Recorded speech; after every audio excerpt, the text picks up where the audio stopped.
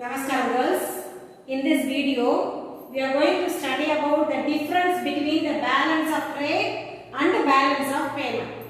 These two things already we have studied, isn't it? Have you remembered?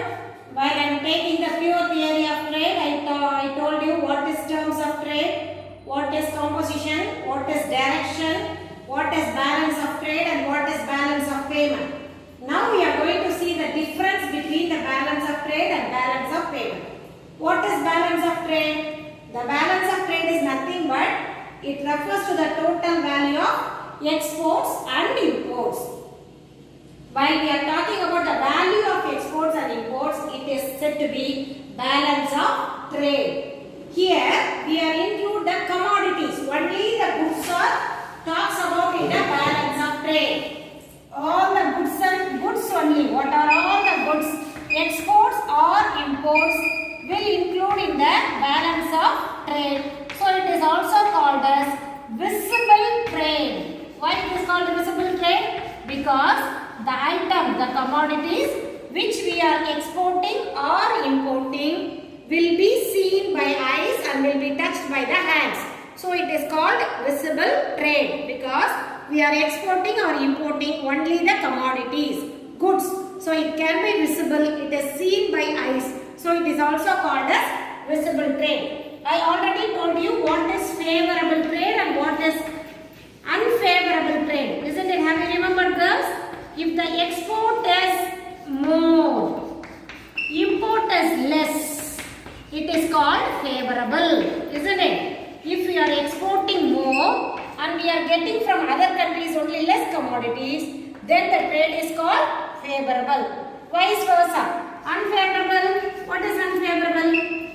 Yes. If the export is less and import is more, it is called unfavorable trade. Export less and import more. We are getting from other countries more goods and we are exporting only less goods, then it is called unfavorable balance of trade. Favorable balance of trade is export more and import less. Export should be more than import. Unfavorable, export should be less than import. And then balance of payment. What is balance of payment? A keyword I already told you. A systematic record. Isn't it? This is the keyword of balance of payment. A systematic record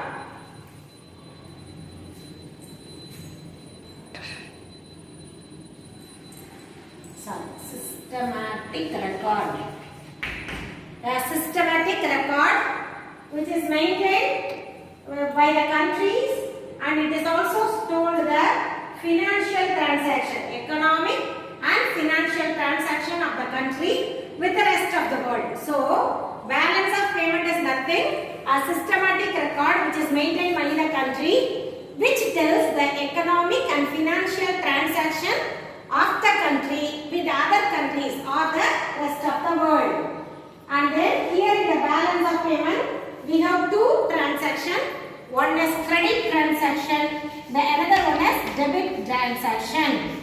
What do you mean by credit and what do you mean by debit? Already we have studied, isn't it? In the accountancy classes we have studied. Credit and debit, credit transaction which includes all the incoming from the foreign countries, isn't it? We are getting the receipts, inflow or incoming receipts and also the transfer payments, for gift from the foreign and borrowing from abroad, foreign direct investment, all the things are comes under credit transaction. So the income, inflow the country is called credit. What are all the things we are getting from the abroad, foreign countries through the transaction, through the trade is called credit transaction. On the other hand, the debit transaction is outflow. Already we have studied, isn't it? Outflow or outgoing, the same thing. What are all the things?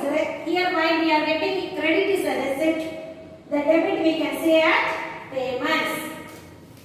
So the payments and the payments to the foreigners, payment for the old debt and paying reserve assets, official purchase of reserve assets, and other things comes under the debit side. So imports and other things will come on debit side.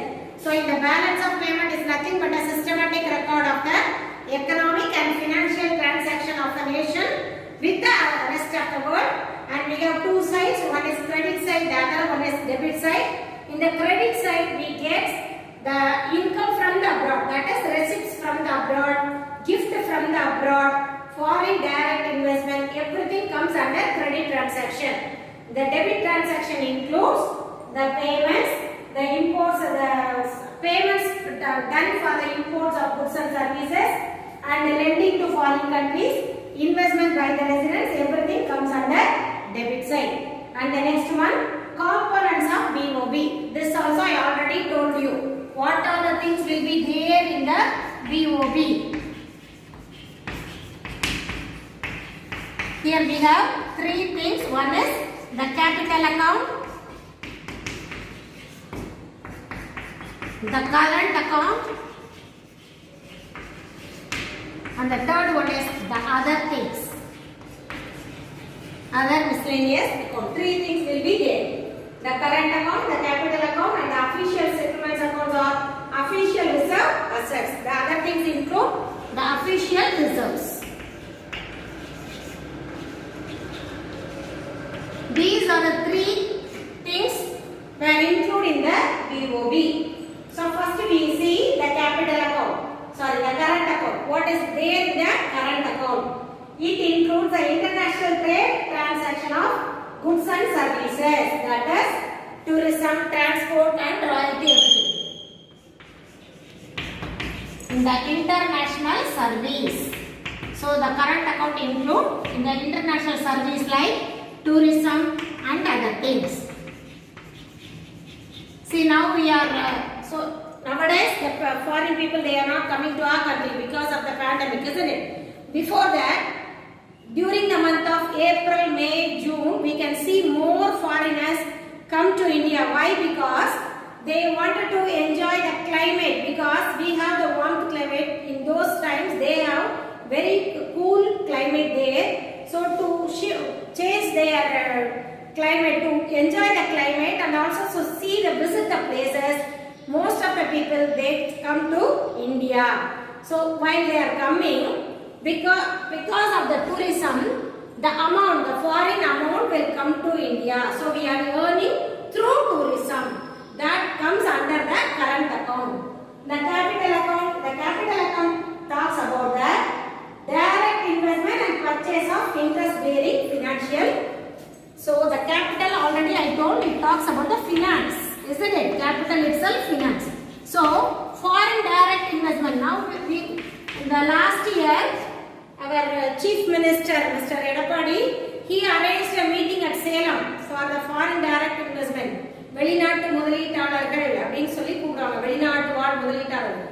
So the people from the foreign countries, they used to do the finance, they are ready to share, they are ready to invest in our industries. So such investments are called foreign direct investment. It comes under the capital account.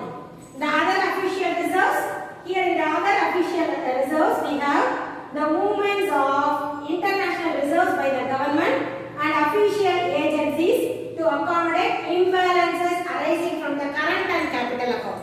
So if there is an imbalance in the capital and current account, these official reserves will be used.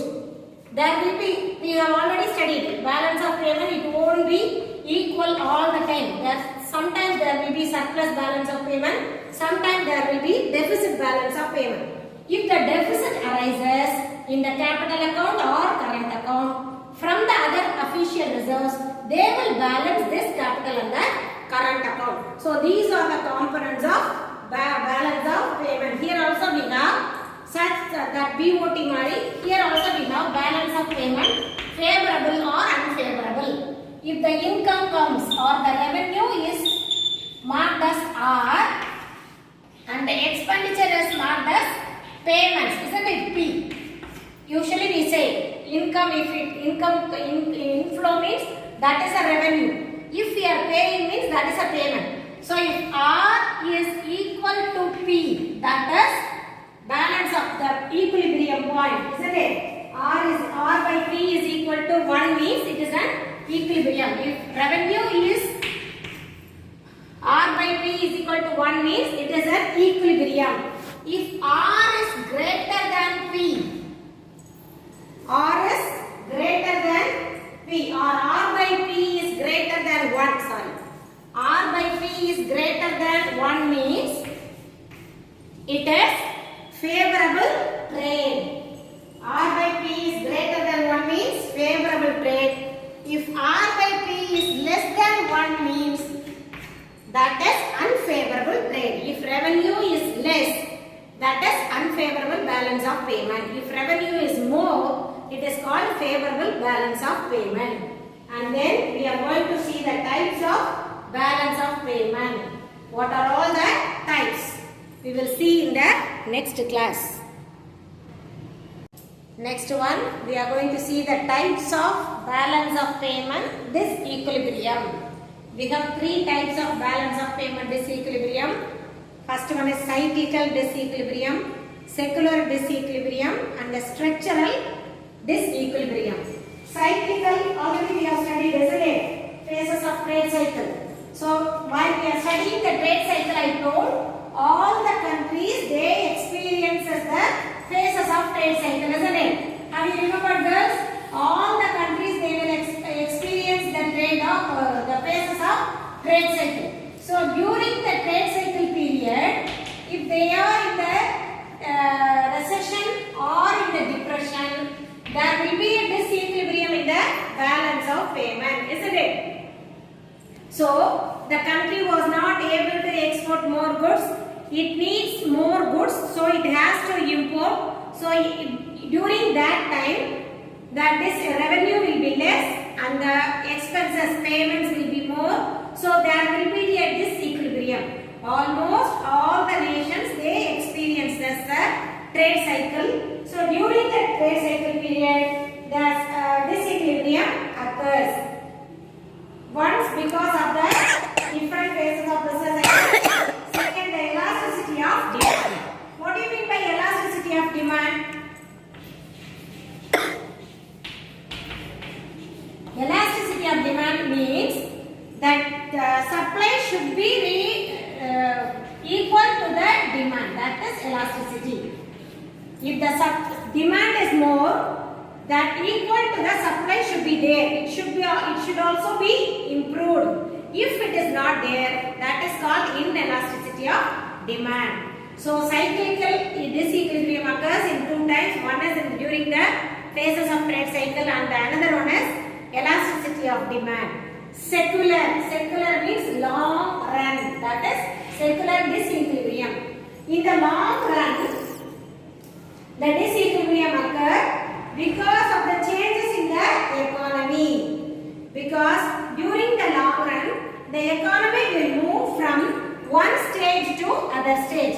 The initial stage, always the initial stage will be the domestic investment will be more.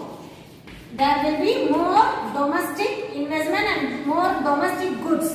So during that time, they have to import so many things from the outside because the initial stages, the domestic products will be produced more. They cannot export more. So during that long period, when the economy is in the stages from the growth to one place to another, the domestic investment exceeds the domestic saving and the import exceeds the exports, which was happened in India in the year 1951. So this type of disequilibrium is experienced in India in the year 1951. And then structural. The word structural already we have studied in the 3rd lesson, isn't it? Structural unemployment. What do you mean by structural? Structural means changes in the development. Drastic changes in the development also brings that disequilibrium. If there is a development in the technology or in the alternative sources of supply and the exhaustion of productive resources and the changes of transport routes, these are the things bring equilibrium, disequilibrium in the structural changes. more export. So the balance of equilibrium will be this, either if it is favorable or unfavorable, it is considered to be disequilibrium. Only R is equal to 1, it is called equilibrium. If it is more than 1 or less than 1 is called disequilibrium.